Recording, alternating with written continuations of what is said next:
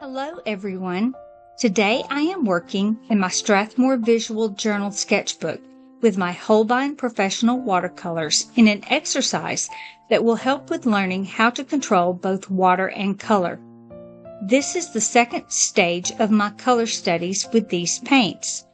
In my last video, I completed my first stage with a color chart to include in my travel palette. I have already lined my 9-inch by 12-inch sketchbook pages by splitting each of 3 pages into spaces for 8 colors. Each color is allotted a 1-inch row and a 1/2-inch row. I have also already labeled each section with the color name and product number. I'll be using my Jack Richardson Plein Air brushes, specifically my number 6 round brush. I really like these brushes and have been using them quite a bit lately. As I mentioned in my last video, at first I didn't realize that watercolor paints need to be activated with water before use. I thought that they could be used with a damp brush just like acrylics and was in the dark about why my paints didn't act like they were supposed to for me, until I watched a few videos and made the connection that the artists were activating their paints, something I had not been doing. This little step really helped me to start to make some progress.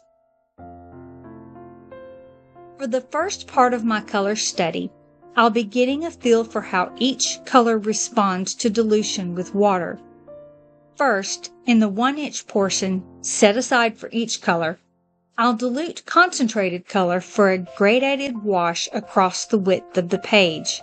Then, within the 1/2-inch space, I'll paint small squares across the page, representing consecutive additions of water, diluting the color at each step. I'll be diluting the paints in the wells of my ceramic palette. The wells prevent the colors from mixing and keep the paint from spreading out and away from the mixing action of my brush. Plus, the ceramic interacts with the water differently than plastic, giving a different feel of control over the dilution and mixing. I begin with concentrated color for the gradation, then dip my brush in water, pull the brush over the edge of my bowl, then begin painting on the page a little to the side of the concentrated color, moving toward it gently to pick up more color and move it within the newly added water, then begin moving the water further across the page. I repeat this process across the page, diluting as I go and creating a smooth, gradated wash.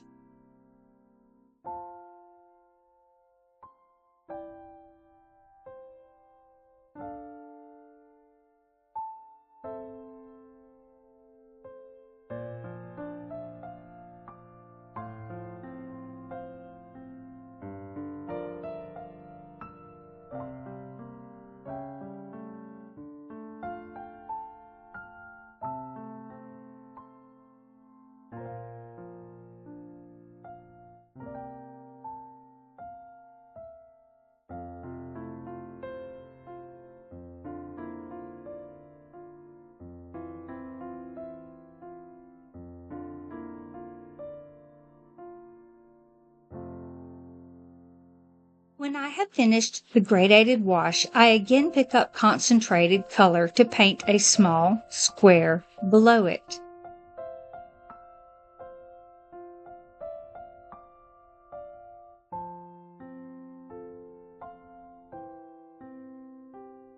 Then, I add a little water to the paint, pick up color on my brush, then deposit this into a well on the palette. I repeat this process 1 time,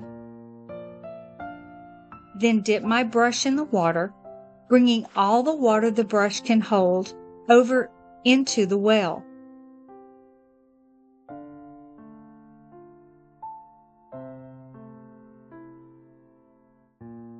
I mix the water and color in the well. Now I paint another square beside the first. This is the first dilution.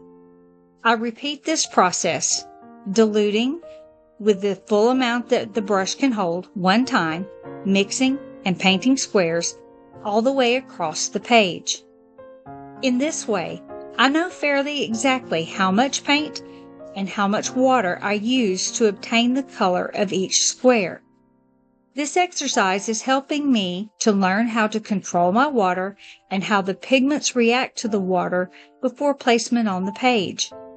Bear in mind, however, that this only applies to a wet-on-dry application. Wet-on-wet is a different situation, but this is a good way to begin learning how to control your watercolor application. This portion of my color study took me about 2.5 hours to complete, so I'm going to time-lapse the video from here forward. As I go through the colors, notice that the color of the paint within the wells doesn't appear to change very much, although the color applied to the page does change dramatically. Also notice that some colors react to the addition of water slowly, while others dilute quickly and dramatically. Also be aware that different brands use different base pigments and binders, so the way a color reacts may be different from brand to brand and between student and professional grade products. It's important to complete this exercise for every color you choose to include in your palette, even white, although it may be helpful to practice with white on tinted paper if it's available. In the last chapter of this video, we'll take a look at how the wetness of the brush affects the amount of color applied when using the diluted paints. One more thing to bear in mind. The water as well as the pigments will behave differently on high-quality cotton paper than they do in the sketchbook. The gradations will be smoother and the water will be more predictable and controllable than in the sketchbook. Many artists recommend that you practice only on the highest quality paper, but I have found that I have greater success on my expensive papers if I practice first in my sketchbook. If I can begin to control the watercolors on a less than ideal paper, I find it much easier to control them on the good stuff. That's not to say that all of the less expensive cellulose papers are equal. Some are so cheap that they'll cost you money and time and wasted paint. But stick with a reputable brand and you should be able to find a quality practice paper that won't break the bank.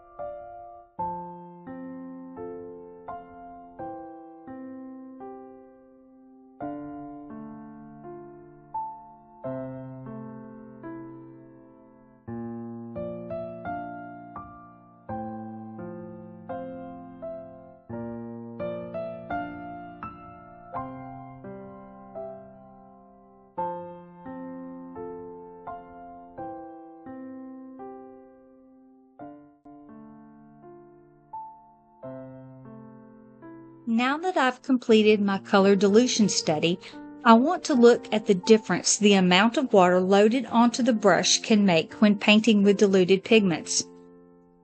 Here, I am painting a line with my brush fully loaded with the diluted pigment. Now, I'm loading the brush again, but I'm swiping the side of the brush along the side of the palette wall several times to remove most of the liquid. When I paint a line with this, notice that the color is much lighter than the wetter line above. This is a good lesson for me to remember when I need to apply a very light wash or glaze. I repeat this demonstration with the other colors left on my palette. This is a reminder for me to pay attention to the fact that with these diluted paints, more wetness on the brush means more pigment transferred with it.